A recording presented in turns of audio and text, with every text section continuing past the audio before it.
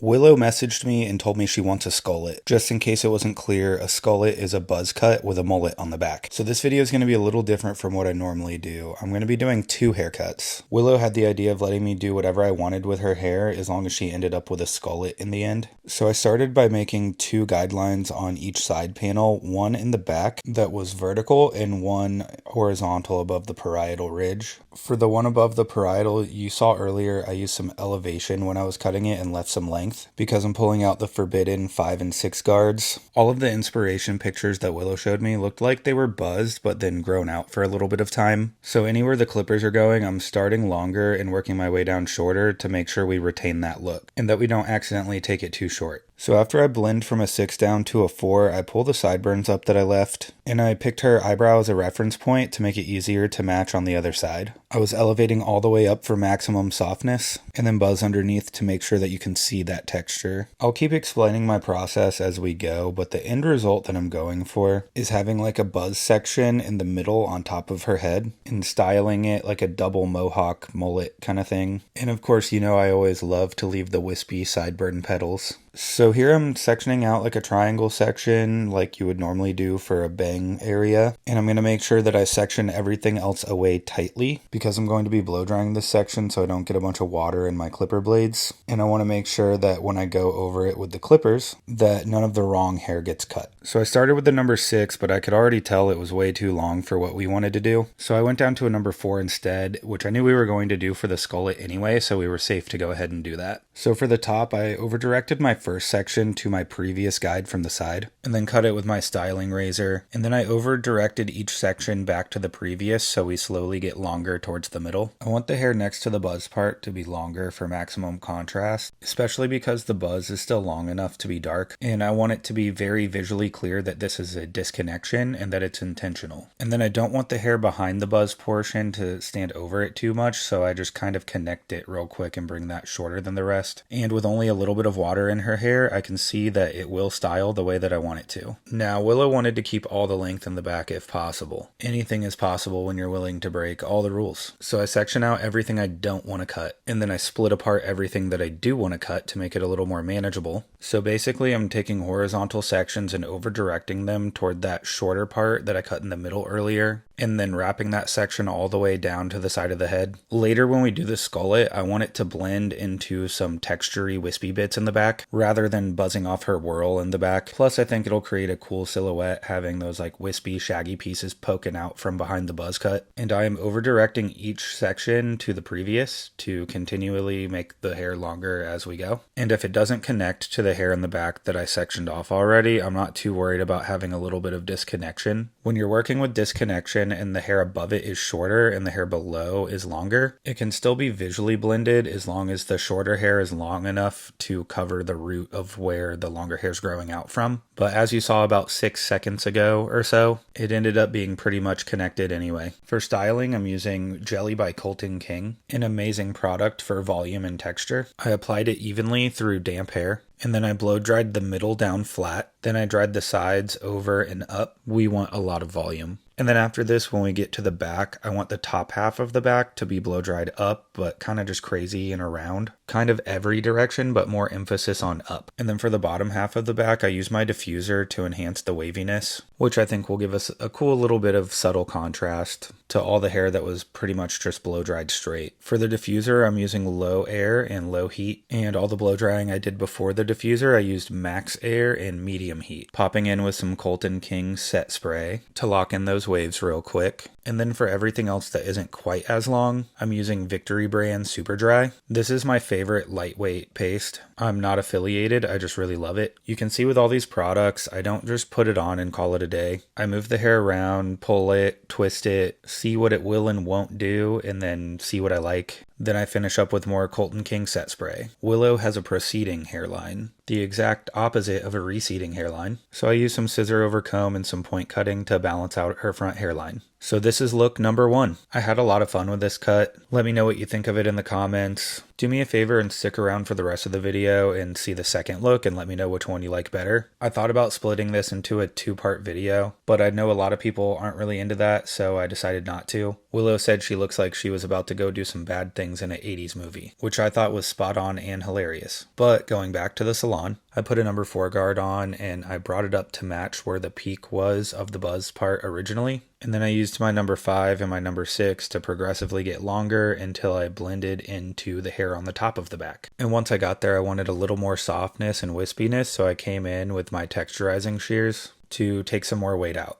I really like how we styled the back the first time around, so I used the same products and styled it the same way. But I put a lot of emphasis on the hair in the back of the top of the head. Like I said before, I wanted those wispy PC bits sticking up from behind the buzz cut when you see her silhouette. By the way, this was Willow before we got started, and here she is after the second haircut. Let me know which haircut you like better, the weird double mohawk or the grown-in skullet. You can also guess in the comments which one I like better. Pause it and comment now, and I'll let you know at the end. My phone died while we were taking pictures outside, so I had to move back inside. Thanks to Willow for being such a great model. Thanks to Nagamaki Shears for making the best scissors I've ever used. And I love both, but I think I like the Skulllet a little better. I'll get out of your hair now.